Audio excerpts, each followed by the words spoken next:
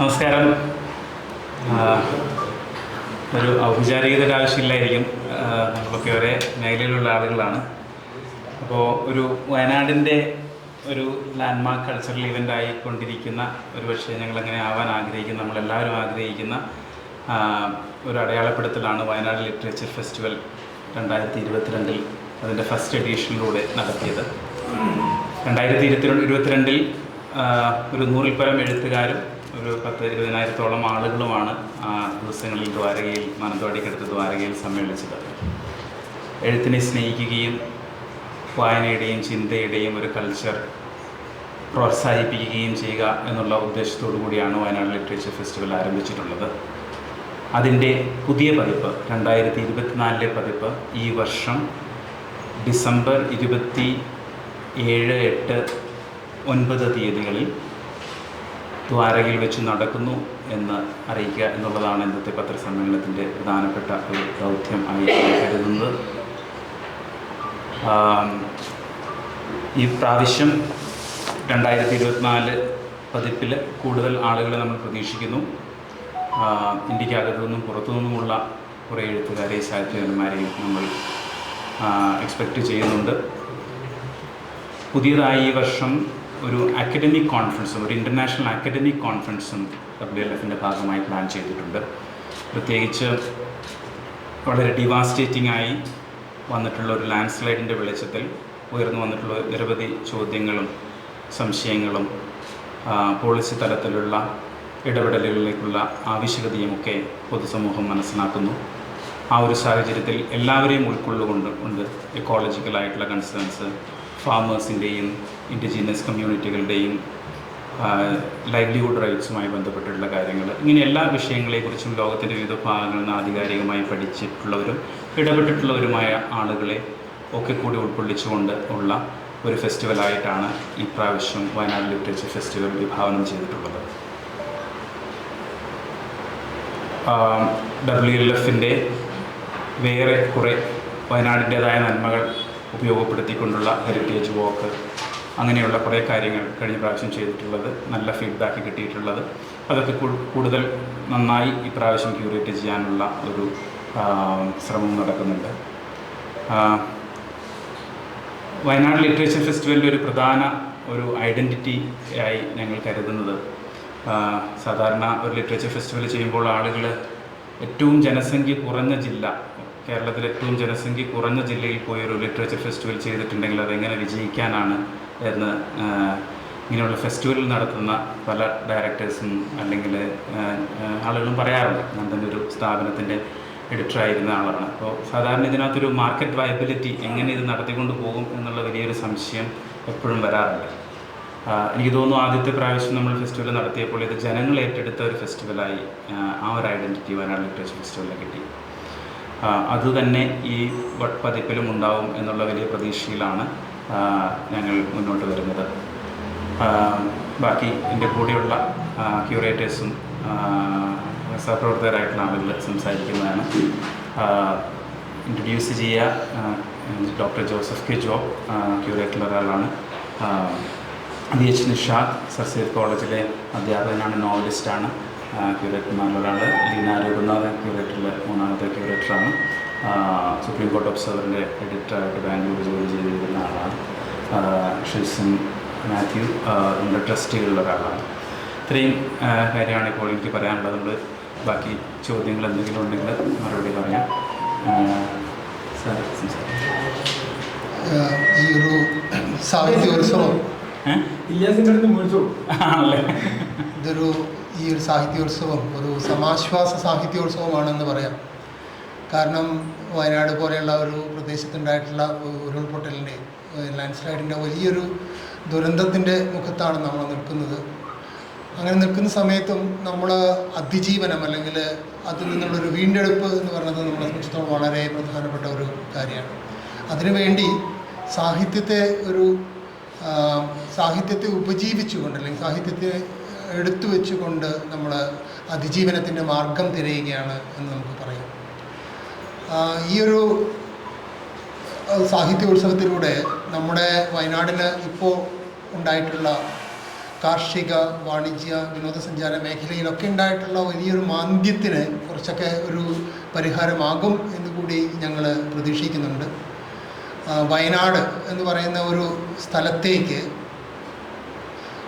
ലോകത്തിൻ്റെ വിവിധ ഭാഗങ്ങളിൽ നിന്ന് മനുഷ്യർ കാഴ്ചക്കാരായിട്ട്, പ്രേക്ഷകരായിട്ട്, ആസ്വാദകരായിട്ട് എത്തുന്ന ഒരു അനുഭവമാണ് നമ്മൾ പ്രതീക്ഷിക്കുന്നതെന്നുള്ളതാണ്. കൂടുതൽ കാര്യങ്ങൾ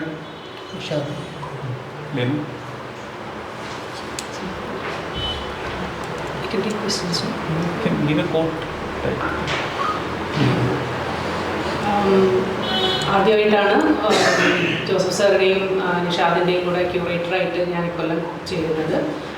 കഴിഞ്ഞ പ്രാവശ്യം ലിറ്ററേച്ചർ ഫെസ്റ്റിവലായിട്ട് വളരെ ആക്റ്റീവ്ലി ഇൻവോൾവ് ആയിരുന്നു. ബാക്കി മെട്രോ സിറ്റീസിലൊക്കെ കണ്ട ഒരു ലിറ്ററേച്ചർ ഫെസ്റ്റിവലിൽ നിന്ന് വളരെ വ്യത്യസ്തമായി, വളരെ ജനകീയമായി, കോൺവെർസേഷനും സംഭാഷണങ്ങളിലും കൂടെ ഒരു സോഷ്യൽ ഫീലിംഗ് ഉണ്ടാക്കിയെടുക്കുന്നതിന് ഈ ലിറ്ററേച്ചർ ഫെസ്റ്റിവലിന് സാധിച്ചു എന്നുള്ളതാണ് ഇതിൻ്റെ പുറമേ നിന്നും കിട്ടിയ ഫീഡ്ബാക്ക് ഞങ്ങൾക്ക്. അപ്പോൾ അതിൻ്റെ ഒരു ആ സ്പിരിറ്റ് മുമ്പോട്ട് കൊണ്ടുപോവുക, എന്താണ് ഒരു ജനകീയ ലിറ്ററേച്ചർ ഫെസ്റ്റിവലിന് ചെയ്യാൻ പറ്റുക, എങ്ങനത്തെ കോൺവെർസേഷൻസാണ് ഞങ്ങൾക്ക് മുന്നോട്ട് കൊണ്ടുപോകാൻ പറ്റുക, അങ്ങനത്തെ എക്സ്പെരിമെൻ്റലായിട്ടുള്ള കോൺവെർസേഷനും കാര്യങ്ങളും ഒക്കെ അണിനിരത്തിക്കൊണ്ടാണ് കഴിഞ്ഞ പ്രാവശ്യം സക്സസ്ഫുള്ളായ ഒരുപാട് ഹെറിറ്റേജ് വാക്ക്, കവിയരങ്ങ് അങ്ങനത്തെ എല്ലാം കൂടെ കൂട്ടിച്ചേർത്തിട്ട് പ്രാവശ്യം ഒരു ഫെസ്റ്റിവൽ നടത്തുന്നത്. അത് സർ പറഞ്ഞതുപോലെ ഈ ഒരു സമയത്ത് വയനാടിനൊരു സമാശ്വാസമായിട്ട് മാറട്ടെ എന്ന് പ്രതീക്ഷിച്ചുകൊണ്ട് വിശ്വാസം. നമ്മൾ കേരളത്തിൽ ഇപ്പം ധാരാളം സാഹിത്യോത്സവങ്ങൾ നടക്കുന്നുണ്ടെന്നുള്ള കാര്യം നമുക്കറിയാം. അപ്പോൾ അതിൽ വയനാട് ലിറ്ററേച്ചർ ഫെസ്റ്റിനെ വേറിട്ട് നിർത്തുന്നത് ഒന്നത് ഗ്രാമീണ, ഇന്ത്യയിൽ തന്നെ നടക്കുന്ന ഏറ്റവും വലിയ ഗ്രാമീണ ലിറ്ററേച്ചർ ഫെസ്റ്റാണ് എന്നുള്ളതാണ്. മാത്രമല്ല മറ്റ് ലിറ്ററേച്ചർ ഫെസ്റ്റിൽ നിന്ന് വ്യത്യസ്തമായിട്ട് ഒന്നിടവിട്ട വർഷങ്ങളിൽ ബിനാലെ എന്ന സങ്കല്പത്തിലാണ് നമ്മൾ മുന്നോട്ട് പോകുന്നത്. അപ്പം നിങ്ങളുടെയൊക്കെ സഹായം കൊണ്ട് എനിക്കൊന്ന് ആ രീതിയിൽ നിങ്ങളോട് നന്ദി പറയേണ്ടതുണ്ട്. കഴിഞ്ഞ വർഷം 2 വർഷം മുമ്പ് നമ്മൾ നടത്തിയ സമയത്ത് മാധ്യമ സുഹൃത്തുക്കൾ തന്നൊരു സപ്പോർട്ടിലാണ് സത്യം പറഞ്ഞാൽ പുറംലോകിയത് അറിയുന്നത്.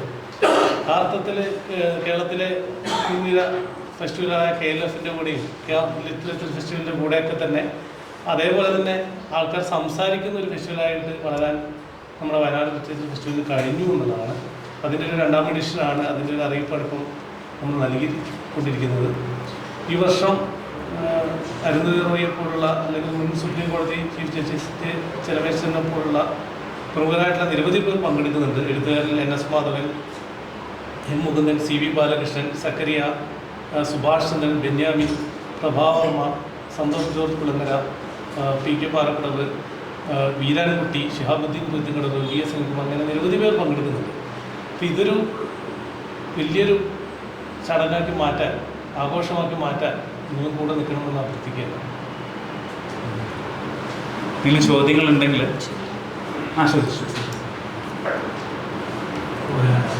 വയനാട് ലിറ്ററേച്ചർ ഫെസ്റ്റിവൽ സംഘടിപ്പിക്കുന്നത് ദ്വാരകയിലായതുകൊണ്ടും ആ പ്രദേശത്തുകാരൻ എന്ന നിലയിലും ഒരു അഭിമാനമുണ്ട്.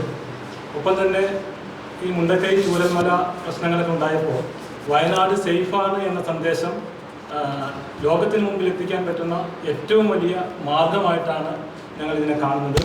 നമുക്കറിയാം, വിദേശത്തുള്ളവരും നമ്മുടെ ഇന്ത്യയിലെ പ്രമുഖ മെട്രോ സിറ്റികളിലുള്ള ആളുകളുമൊക്കെ ഇതിൽ പങ്കെടുക്കുമ്പോൾ നമ്മുടെ വയനാട്ടിൽ അവർ വന്ന് 3-4 ദിവസം സ്റ്റേ ചെയ്യുന്നു എന്ന് പറയുന്നത് തന്നെ അത് ലോകത്തിന് നൽകുന്ന സന്ദേശം വയനാട് സേഫാണ് എന്ന സന്ദേശമാണ്. ആ സന്ദേശം എത്തിക്കുന്നതിന് വേണ്ടിയിട്ടാണ് ഞങ്ങൾ കൂടെ നിന്ന് പ്രവർത്തിക്കുന്നത് എന്നാണ് എനിക്ക് പറയാനുള്ളത്.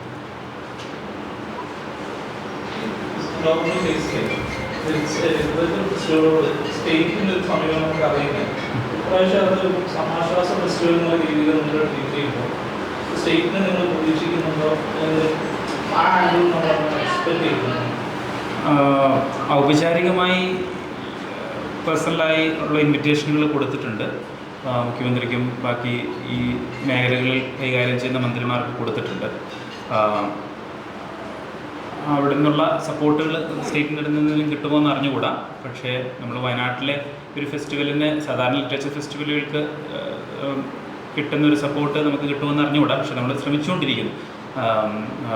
പക്ഷേ ഇതൊരു ഫെസ്റ്റിവൽ ഫ്രീ ആയിരിക്കുകയും ഡെലിഗേറ്റ്സ് കൂടുതൽ വന്ന് കുറച്ച് ആ ഒരു ചെറിയ 590 രൂപയുടെ ഒരു 599 രൂപയുടെ ഒരു ഡെലിഗേറ്റ് ഫീ ആണ് നമ്മൾ വെച്ചിട്ടുള്ളത്. അത് ഡെലിഗേറ്റ് ആവണം നിർബന്ധമില്ല, എല്ലാവർക്കും ഫെസ്റ്റിവൽ ഫ്രീ തന്നെയാണ്. പക്ഷേ അതൊരു കോൺട്രിബ്യൂഷൻ പോലെ ആളുകൾ തരുന്ന അങ്ങനെ ഡെലിഗേറ്റ്സിൻ്റെ എണ്ണം കൂട്ടിയെടുക്കുക എന്നുള്ളൊരു ശ്രമം കൂടി നടത്തുന്നുണ്ട്. ഈ ഡെലിഗേറ്റ്സ് അധികം വയനാട്ടിൽ നിന്നുള്ളവരുണ്ടാവാം. നേരത്തെ സൂചിപ്പിച്ചതുപോലെ വിവിധ സംസ്ഥാനങ്ങളിൽ നിന്നുള്ള നമ്മളിതിൻ്റെ ഒരു വയനാട് സേഫാണ് എന്ന് അറിയിക്കുക എന്നുള്ളത് ഒരു വശം. പക്ഷേ അതല്ലാതെ തന്നെ വയനാട് ലിറ്ററേച്ചർ ഫെസ്റ്റിവലിൻ്റെ ഒരു നന്മയും ഒരു കമ്മ്യൂണിറ്റി ഫീലും ഒരു സോഷ്യൽ ആംഗിളും ഒക്കെ മനസ്സിലാക്കിപ്പിക്കാൻ വേണ്ടി ബാംഗ്ലൂരും ഹൈദരാബാദും ഡൽഹിയിലും ബാക്കിയുള്ള നഗരങ്ങളിലും നമ്മളിതിൻ്റെ ഡെലിഗേറ്റ് പാസ് വിതരണവും അങ്ങനെയുള്ള ഒരു പ്രീ ഇവൻറ്റ് ക്യാമ്പയിനുകളൊക്കെ നമ്മൾ ഒരുപാട് ചെയ്യണമെന്ന് ആഗ്രഹിക്കുന്നു. ഇങ്ങനെയൊരു ഫെസ്റ്റിവൽ നടന്നു കാണണമെന്ന് ആഗ്രഹിക്കുന്ന വ്യക്തികളും ആ രീതിയിൽ സപ്പോർട്ട് ചെയ്യാൻ തയ്യാറാവുന്ന ആളുകളുടെ സുഹൃത്ത് ബന്ധങ്ങളും അവരുടെ ഒരു സപ്പോർട്ടോടുകൂടിയാണ് ഈ ഫെസ്റ്റിവൽ മുന്നോട്ട് പോകുന്നത്.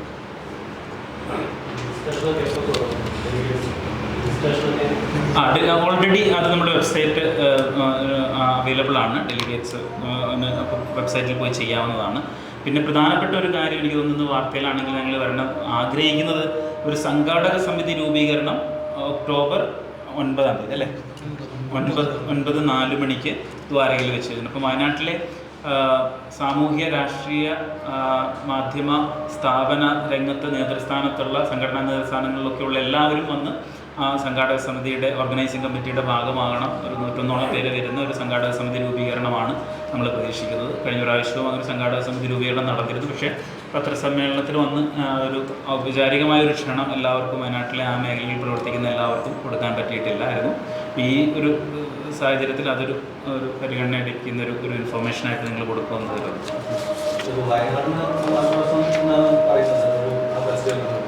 അതുപോലെ ദുരന്തത്തിൻ്റെ പശ്ചാത്തലത്തിൽ ആ നാടിനെ ഉൾപ്പെടുത്തണ്ടേ? നമുക്കൊരു സമാശ്വാസം എന്ന് പറയുമ്പോൾ വയനാട് മാത്രം പറയുക എല്ലാം നഷ്ടപ്പെട്ടൊരു നാടിനും വേണ്ട സമാശ്വാസം ഉറപ്പായും. അതായത് ഇപ്പോൾ നമ്മളിപ്പം ഈ ഒരു ലാൻഡ് സ്ലൈഡ് അവിടെ ഉണ്ടായി, അത് ക്ലൗഡ് ബേസ്റ്റ് ആയിട്ടുണ്ടായി.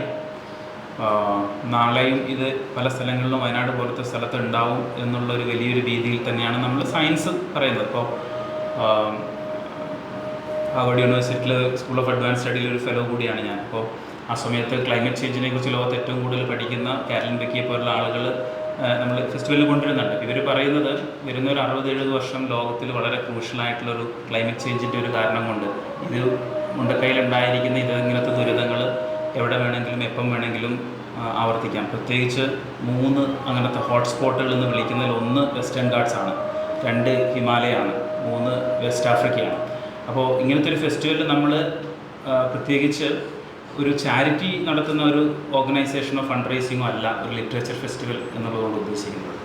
അവിടെ നമ്മൾ ഉദ്ദേശിക്കുന്നത് പോളിസി തലത്തിൽ ക്ലൈമറ്റ് ചേഞ്ച് അല്ലെങ്കിൽ എക്കോളജിക്കലായിട്ടുള്ള അവകാശങ്ങൾ ജനങ്ങളെ സംബന്ധിക്കുന്ന എല്ലാ വിഷയങ്ങളും ചർച്ച ചെയ്യുകയും പോളിസി തലത്തിൽ നമുക്ക് എന്തെങ്കിലുമൊക്കെ അഭിപ്രായ സമന്വയങ്ങൾ ഉണ്ടാക്കിയെടുക്കാനൊക്കെ പറ്റുന്ന രീതിയിൽ ഒരു വലിയ വീക്ഷണത്തോടു കൂടിയാണ് ഒരു ലിറ്ററേച്ചർ ഫെസ്റ്റിവൽ എന്നുള്ള രീതിയിൽ നമ്മൾ വരുന്നത്. ചാരിറ്റി ഒക്കെ ഉദ്ദേശിക്കുന്നത് ഇപ്പോൾ വെസ്റ്റേൺ ഗാർഡ്സിൻ്റെ കാര്യങ്ങൾ പറഞ്ഞു. വയനാട്ടിൽ തുരങ്കപാത സംസ്ഥാന സർക്കാരിൻ്റെ പരിഗണനയിലുള്ള ഒരു പദ്ധതിയാണ് തുരങ്കപാത. വെസ്റ്റേൺ ഗാർഡ്സ് കൊടുത്തിട്ടുണ്ടാകുന്ന സാധനം സ്വാഭാവികമായിട്ടും ഒരു പോളിസി മേക്കിംഗ് ആണെന്നുണ്ടെങ്കിൽ വയനാട്ടിലെ വെസ്റ്റേൺ ഗാർഡ്സിന് ഈ ക്ലൈമറ്റ് ചേഞ്ചിൻ്റെ പശ്ചാത്തലത്തിൽ ഒരു ദുരന്ത സാധ്യത ഉണ്ടെന്ന് ഈ പദ്ധതിക്ക് എതിരായിട്ടുണ്ട് ഒരു പോളിസി മേക്കിംഗ് ഉണ്ടാക്കേണ്ടത്. അപ്പോൾ അത് അല്ല, ഇത് ഇങ്ങനത്തെയുള്ള ഡെവലപ്മെൻ്റൽ ആക്ടിവിറ്റീസുകളൊക്കെ ഞാൻ വ്യക്തിപരമായിട്ട് ഒരു ഇൻ്റർവ്യൂവിൽ അത് മറുപടി പറഞ്ഞിട്ടുണ്ടായിരുന്നു. റെഡിഫ് നടത്തിയിരുന്ന ഇങ്ങനത്തെയുള്ള എല്ലാ ഇതും പ്രോപ്പറായിട്ടുള്ള സയൻറ്റിഫിക് സ്റ്റഡി നടത്തിയിട്ട് മാത്രമേ ചെയ്യാൻ പാടുള്ളൂ. ആ സ്റ്റഡി ഇൻ്റർ ഡിസിപ്ലിനറി ആയിരിക്കണം. അതായത് ഒരു ഡിസിപ്ലിനിലോ ഒരു കമ്പനിക്കോ അത് വ്യക്തിപരമായിട്ടൊരു അഭിപ്രായമാണ്. ഒരു ഫെസ്റ്റിവലിൻ്റെ അഭിപ്രായം എന്നുള്ള രീതിയിൽ ഫെസ്റ്റിവൽ ഒരു പ്ലാറ്റ്ഫോമാണ്.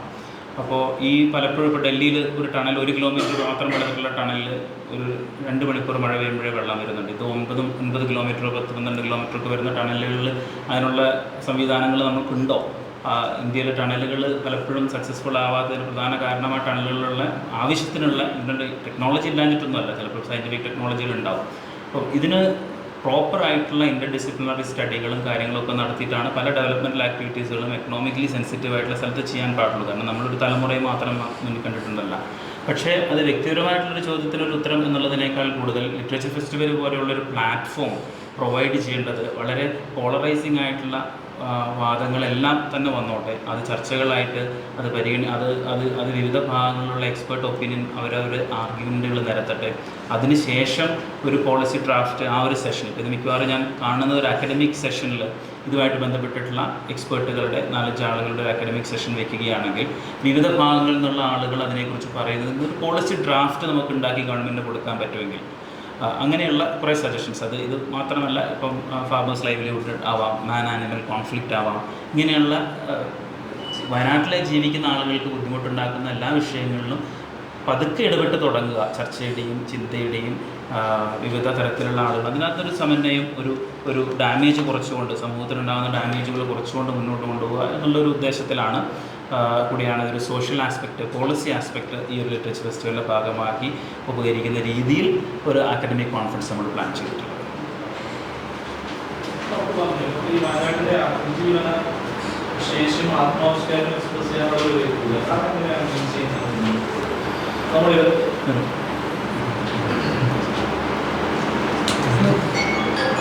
നമ്മൾ പ്രയാസങ്ങളിൽ മാത്രമല്ല, നമ്മൾ ആ പ്രയാസങ്ങളിൽ നിന്ന് മാനസികമായിട്ട് അല്ലെങ്കിൽ നമ്മൾ അതിജീവിക്കുക എന്നുള്ള ആ ഒരു ആശയം തന്നെയാണ് അതിനോട് മുന്നോട്ട് വയ്ക്കുന്നത്.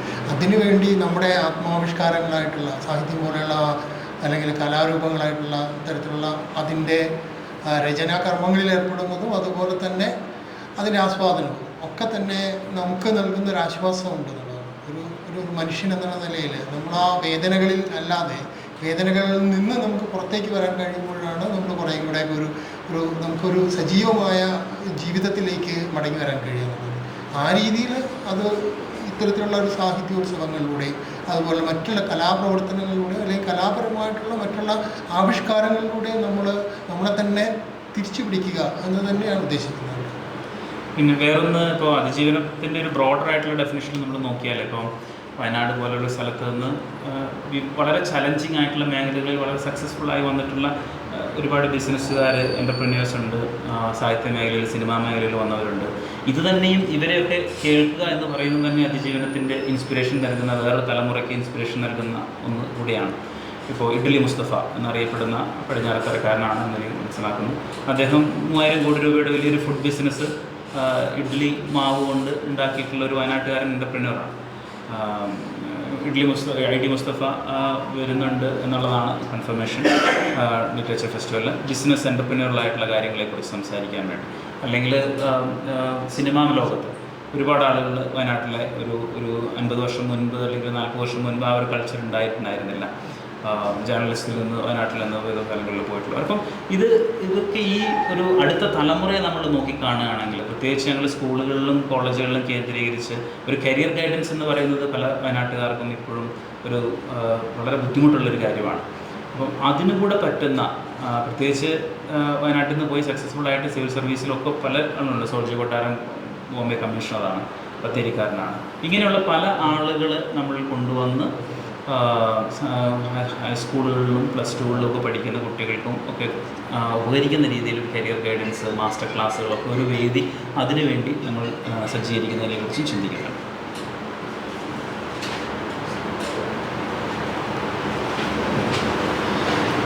വേറെ ചോദ്യങ്ങളൊന്നും ഇല്ലെങ്കിൽ അവസാനിപ്പിക്കാം. Thank you.